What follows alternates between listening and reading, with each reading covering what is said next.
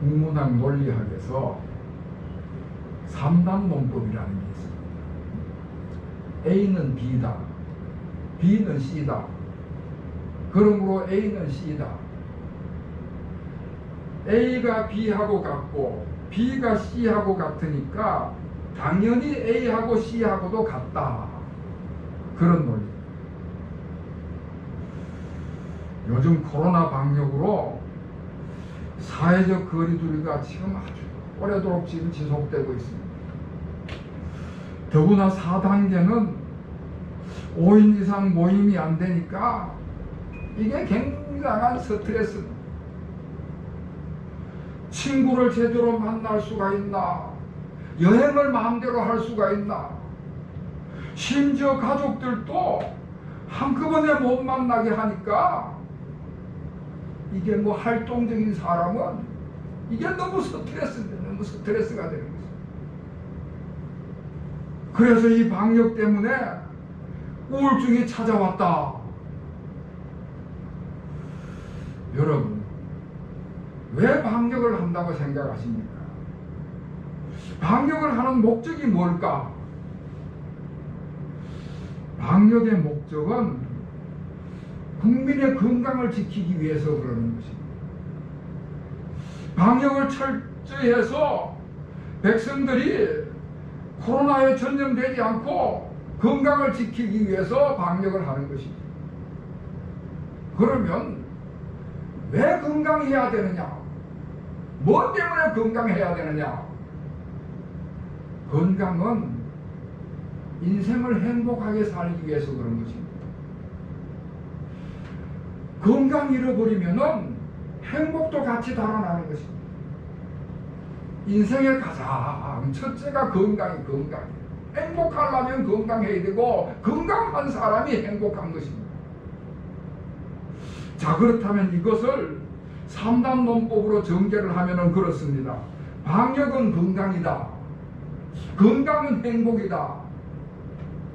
그러므로 방역은 행복이다. 자, 그런데 여러분, 방역이 행복이다. 맞느냐는 것입니다. 방역이 행복인가? 서양에서는 방역은 행복이 아니다. 방역은 불행이다. 방역 때문에 불행하다고 온통 난린 것입니다. 방역의 규제 때문에 서두에서 말씀드린 것 같이 스트레스를 받고 자기 하고 싶은 것을 못해가지고 우울하다는 거예요. 3단 논법으로 하면 방역이 행복이 돼야 되는데 방역 때문에 우울하고 방역 때문에 불행하다는 것입니다. 그래서 여러분 뉴스를 봐서 알지만은 어느 나라 그 도시에서는 군중들이 다 그 광장으로 나와가지고는 자기가 쓰고 있던 마스크를 벗어다가 그 광장에서 다 불태워버리는 거예요. 방역대책 반대 시위를 하지를 않나 불법으로 파티를 열면서 정부의 말을 안 듣는 것입니다. 인간의 가장 근본은 행복이고 인간의 가장 기본은 행복 추구권인데 방역하느라고 자신들의 행복을 빼앗겼다는 것입니다. 자, 그 반면에 동양에서는 방역 수칙을 아주 잘 지킵니다. 우리나라가 대표적인 나라입니다. 나의 행복을 위해서는 남에게 해를 끼쳐서는 안 된다. 국민 모두의 건강을 위해서 내 행복은 잠시 미루어 두어야 된다. 그러니까 우리 모두의 건강을 위해서 내 행복을 잠시 미뤄두고 내 행복을 잠시 접어둘 수 있다. 공동체를 위해서. 자, 그러면은 서양이 옳을까? 동양이 옳을까? 여러분, 정답은 없습니다. 개인적으로 생각하면 서양이 맞을 수가 있고, 공동체를 생각하면 동양이 맞을 수가 있고, 공동체를 생각하면 서양이 틀릴 수가 있고, 개인적으로 생각하면 동양이 틀릴 수가 있습니다. 다시 말해서 세상은 완벽할 수가 없고 세상의 지도자는 완전한 지도자가 없다 하는 이야기입니다. 이 세상에는 어느 나라도 완전한 나라가 없고 이 세상의 지도자 중에는 완벽한 지도자가 없다는 이야기죠. 지금 우리나라가 내년 3월 대통령 선거를 앞두고 얼마나 많은 대통령 후보들이 나왔는지 모릅니다.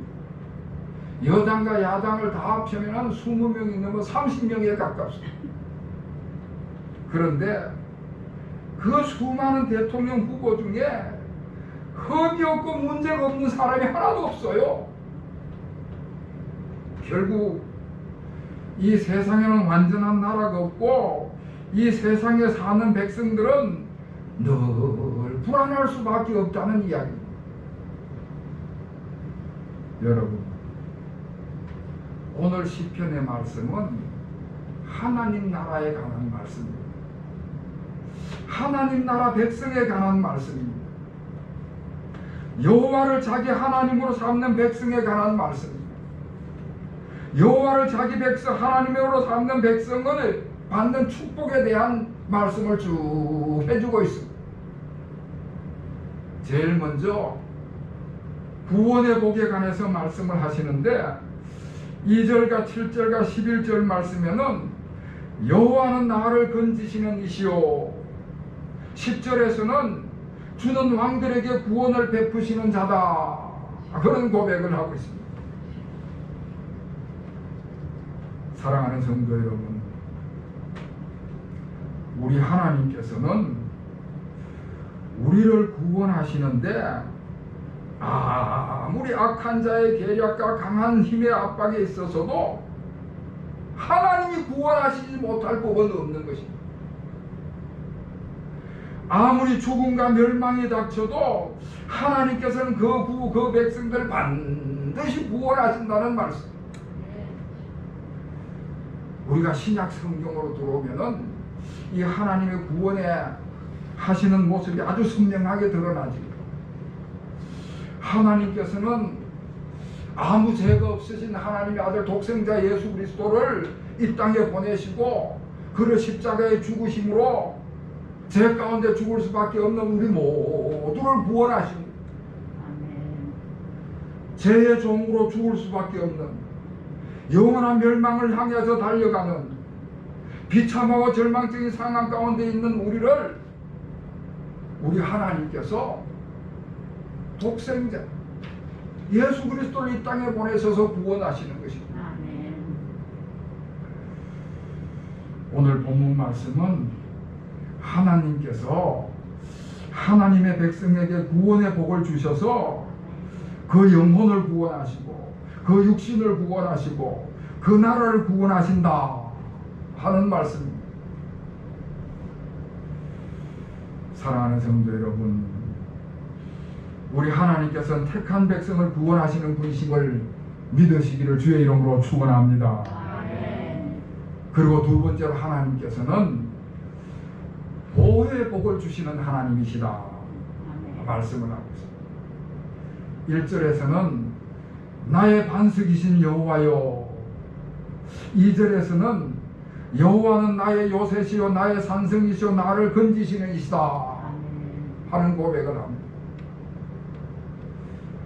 하나님의 백성이 침략자들에게 침략을 당할 때, 대적들과 원수로부터 공격을 당할 때 하나님께서는 그 백성을 보호해 주신다는 것입니다.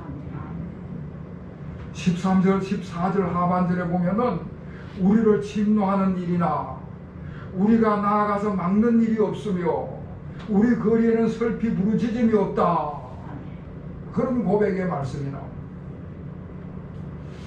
하나님께서 그 나라 그 백성들을 보호하시기 때문에 외적들이 침노할 수가 없다는 것입니다. 심지어 만약에 외적들이 침노를 했다 치더라도 그걸 방어하기 위해서 우리가 나가는 일이 없다. 그만큼 하나님께서 그 안보를 튼튼하게 해주시고 평화롭게 보호해 주신다는 말씀입니다. 우리 거리에는 슬피 부르짖음이 없다 하는 말씀은 그만큼 치안과 질서가 확보가 돼서 그 사회가 평화로운 사회라는, 안전한 사회라는 것을 말씀해 주는 것입니다. 여러분, 우리 하나님께서는 하나님의 백성을 보호하시는 하나님이신 줄로 믿으시기를 바랍니다. 그 다음에는 번영의 복을 말씀해 주고 있습니다. 12절에서 14절 말씀에는 번영의 복에 대해서 쭉 말씀을 하는데, 12절 말씀은 가정의 번영을 말씀해 주는데, 우리 아들들은 어리다가 장성한 나무들과 같으며 우리 딸들은 궁전의 아름다운 양식대로 다듬은 모퉁이 돌과 같다. 제가 벌써 오래전인데 자전거를 타고 국토종주를 한 적이 있어요. 4대강 종주를 한 적이 있어요. 저 전라남도 담양을 갔더니 메타스퀘어 나무길이 있더라고요. 이름이 서양 이름이라서 외우기가 쉽지 않은데 메타스퀘어. 우리 주변에도 보면 가끔 그 나무가 있는데 이등병 삼각형 뾰족하게 그렇게 자라나는 나무인데, 그 나무가 얼마나 높이 자라는지 그 아래 밑둥치가 두 사람이 껴안아야 될 정도로 크더라고요. 그런데 그런 나무가 쫙 늘어서 있는 가로수길이 있는데, 그때가 가을이라서 단풍이 들었는데 그렇게 아름다울 수가 없어요. 이야, 어떻게 나무가 저렇게 빠르게 클 수가 있나 하고 싶을 정도. 그런데 하나님의 택한 믿음의 가정의 자녀들이 그와 같이 그렇게 믿을 만한 대견한 아들로 장성한다는 말씀입니다. 저 서유럽 쪽으로 여행을 가면은 관광 코스가 대부분 박물관을 관광하고, 그리고 왕궁이라든지 그 서유럽에 가면 어딜 가든지 성당을 가게 돼. 듀오모. 그 성당을 가게 되는데, 왜 성당을 가게 되는가 하면은 중세시대 때 건축물 중에 성당만큼 아름다운 건축물이 없어요. 그 듀오모 성당이 대리석으로 다 조각을 해가지고는 뭐 수십 년, 수백 년에 걸쳐서 건축한 건축물이기 때문에 그렇게 아름답습니다. 그런데 하나님께서 택한 백성들의 딸들을 성장시키는데 그와 같이 아주 품있고 아름답게 성장을 시킨다 말씀을 하고 있습니다. 하나님께서 하나님의 백성의 가정 속에 번영의 복을 주시는데, 그 자녀들이 믿음의 대를 이어가고 품있고 준수한 청년으로 잘 성장을 하고 기품 있고 아름다운 숙녀로 그렇게 성장을 시키신다는, 번영을 복을 주신다는 말씀. 13절과 14절 말씀에 보면은 생업의 복을 주시는데, 농사가 잘 돼서 풍년이 들었어요. 그래서 곳간에 백곡이 가득하다는 말씀을 하고, 양은 덜해서 천천과 만만으로 번성을 하는데, 가축이 새끼들을 튼튼하게 잘 낳아서 그 수가, 그 무리가 뭐 천천히와 만만이라 그 생산한 것들을 내다 파는데, 소가 수레를 끌고 가는데 무거워서 움직이지 않을 정도로 그렇게 번창한 것을 말씀하고 있습니다. 여러분, 우리가 창세기를 읽어보면은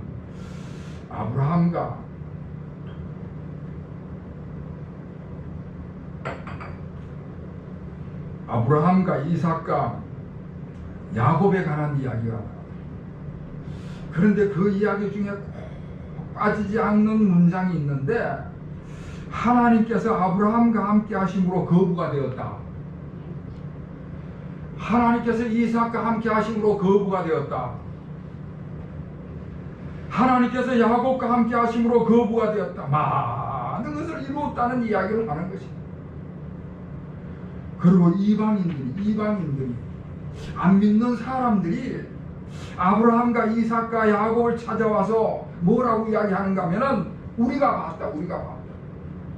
우리가 하나님께서 너와 함께 하셔서 형통케 하시는 것을 우리가 봤다. 우리가 목격자다.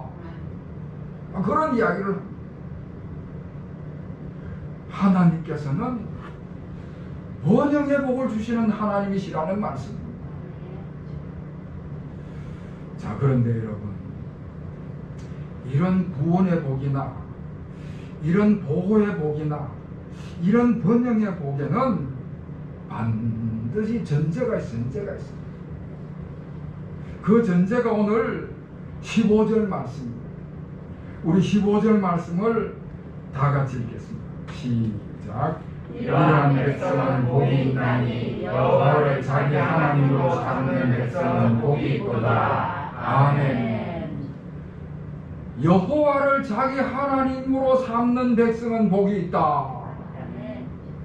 하나님의 구원의 복, 하나님의 보호의 복, 하나님의 번영의 복을 받는 백성은 여호와를 자기 하나님으로 삼는 백성이다.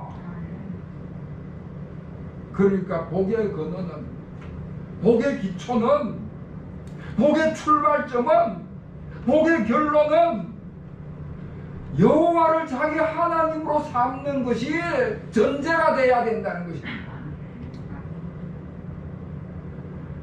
만약에 하나님의 백성이 아니라면은 하나님께서 그와 같은 복을 주실 이유가 없다는 것이지. 하나님의 백성이니까 이와 같은 복을 주시는 것입니다. 15절 말씀에서 여호와를 자기 하나님으로 삼는 백성이라 말했는데, 여호와를 자기 하나님으로 삼는 백성이라는 것은 무슨 뜻인가? 여호와께서 나를 하나님의 백성으로 택하셨을 때 감사함으로 받아들인다 하는 뜻이 거기에 담겨져 있습니다.